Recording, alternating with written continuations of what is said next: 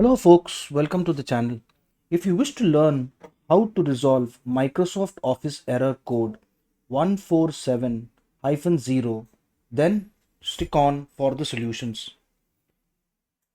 Now the first solution would be is to update the Office version of Microsoft.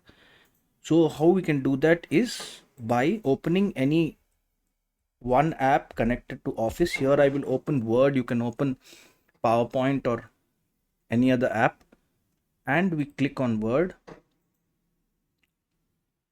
We'll go down here to account and we will go to update options, update now, and this should resolve the error.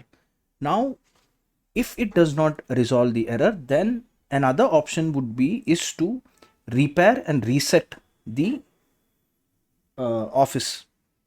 So how I can do that is I'll right click on the start button. I will go to settings, look for apps,